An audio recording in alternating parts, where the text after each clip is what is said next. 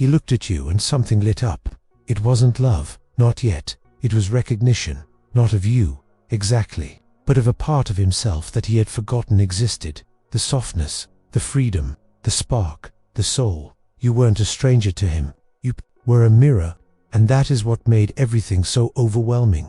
Because when a man sees you with that depth, and yet doesn't know why he feels so pulled to you, it's not always about you. It's about the reflection of his own soul rising from the silence. The part he buried, the part that once dreamed, the part that once felt everything. He didn't fall in love with you. He fell in love with what woke up inside him when you walked into the room. That's the difference. Most women never get to see clearly, and it hurts, because it felt real, because his energy shifted, because the connection was undeniable, because you saw it in his eyes and felt it in your chest, because you didn't imagine it, but it wasn't really you he saw. It was him. It was his lost boy, his wounded dreamer, his silenced truth, and you became the symbol of what he forgot he used to be. Carl Jung called it projection, a process where we see in others the parts of ourselves we've repressed or abandoned. Sometimes we project our shadows, other times we project our light.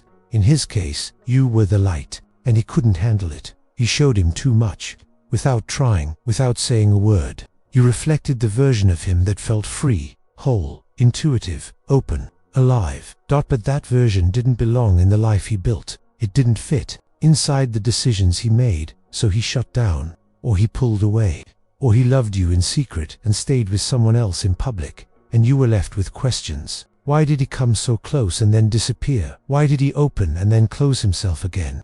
Why did he say things that felt real but never followed through? Because he wasn't loving you. He was reaching for himself. He just happened to be the container for that reaching. And when he realized that loving you would mean facing himself, he panicked. Because you weren't just a woman. You were a reminder, a spiritual jolt, the embodiment of everything he locked away so he could survive in the life he chose. You didn't ask for this role. You didn't intend to be his awakening.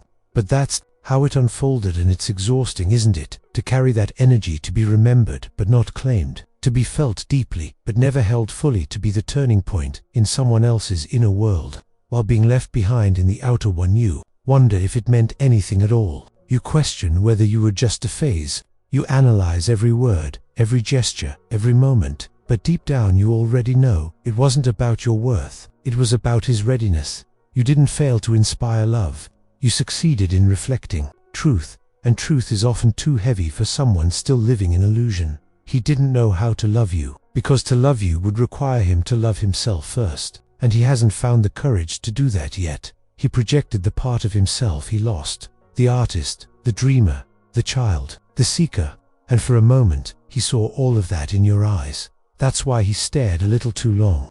That's why he smiled with a kind of ache behind it. That's why you felt the tension even in silence. It wasn't a fantasy. It was soul memory. But memory alone isn't enough to create something lasting. It has to be matched with work, with presence, with choice. And he didn't choose it. He chose the familiar. He returned to safety. And now you carry the weight of being unforgettable but unreachable. It's a strange kind of grief. To mourn something that never got to live. To carry an intimacy that never got to breathe. But you don't have to stay in that place. You don't have to keep replaying what never became. Because even if he projected his light onto you, something real still happened. He woke up, even if only for a moment. And you were the reason. You weren't just a chapter in his story. You were a mirror to his origin. You were the spark that revealed his disconnection. And now you get to decide what that means for your own journey. Because you weren't just his mirror. He was yours too. He showed you how deeply you can feel. He showed you what kind of energy resonates with your soul. He showed you the difference between surface and depth, between being looked at and being truly seen. And maybe the reason this hurts so much is because you felt your own light come alive when he saw you.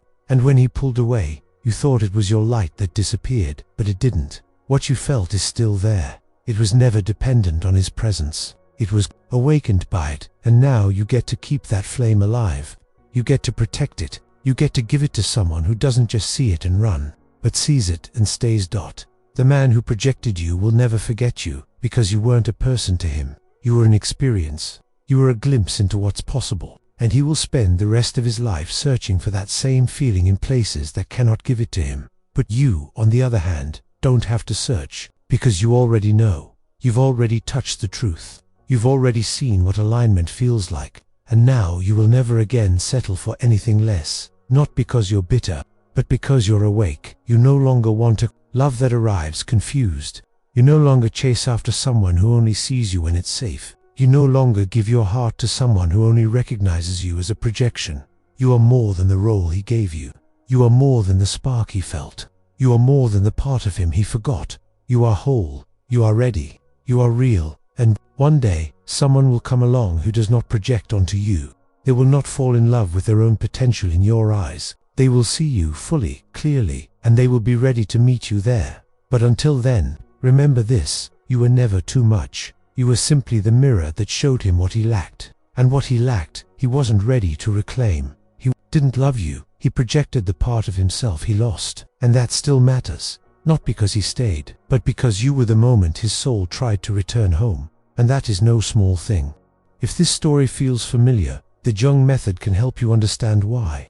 It's a gentle but powerful journey into your own psyche, based on Carl Jung's insights. You'll find the link in the first comment. Now take a breath and return to the part of you that still aches, because it's hard to carry something that never had a name, a bond that never became a relationship, a presence that entered quietly and changed everything, but left just as silently. You know he felt it too. You saw it in his hesitation, in the way he avoided eye contact after a moment that ran too deep, in how his voice shook when he said simple things. You weren't imagining it, but what you were receiving was never really about you. It was about what you symbolized, the forgotten version of him, the one who once believed in love that didn't follow scripts, the one who wasn't buried under obligation and the one who wanted truth, not performance. And when that version looked into your eyes, he came alive again. For a few moments, he wasn't pretending, he wasn't hiding, he wasn't being the man he was expected to be. He was just there, raw, present, real. But that kind of presence costs something.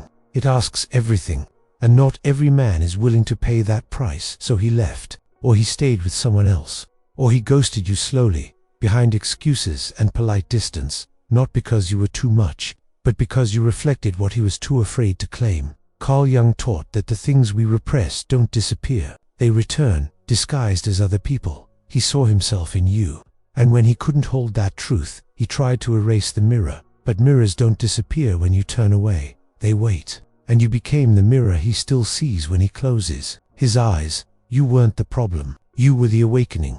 But awakenings aren't always welcome. He thought he could forget. He filled his days with distractions. He convinced himself you were a phase, a moment, a mistake. But something doesn't sit right, and it never will. Because what he projected onto you wasn't just longing, it was grief. The grief of his own emotional abandonment. The grief of becoming someone that felt nothing for too long. And when you stepped into his world, you triggered that grief to rise. You didn't need to say much. Your presence said everything. And now, he remembers without wanting to. You became the pause he can't ignore. The question he can't answer. The version of himself he almost became. But this is not about him anymore. This is about what happened. Inside you, he didn't just carry his projection. He started to believe it. You started to think you were only meaningful when you reminded someone of who they used to be. You confused being seen as a symbol with being loved as a person. And that is where the healing begins. By returning to yourself. By realizing that you were never just a vessel for his self-reflection. You are your own story, your own soul, your own journey. Yes, you awakened him, but you also awakened something inside yourself. You saw how deeply you could feel. You remembered what it meant to be fully alive. You found your own emotional clarity. That is what you keep.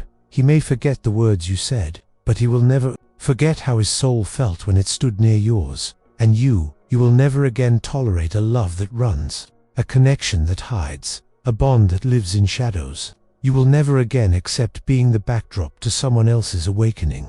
You are not here to be the inspiration for a man who refuses to rise. You are here to be met, fully, bravely, completely. And the next time you feel that familiar pull, you will know the difference.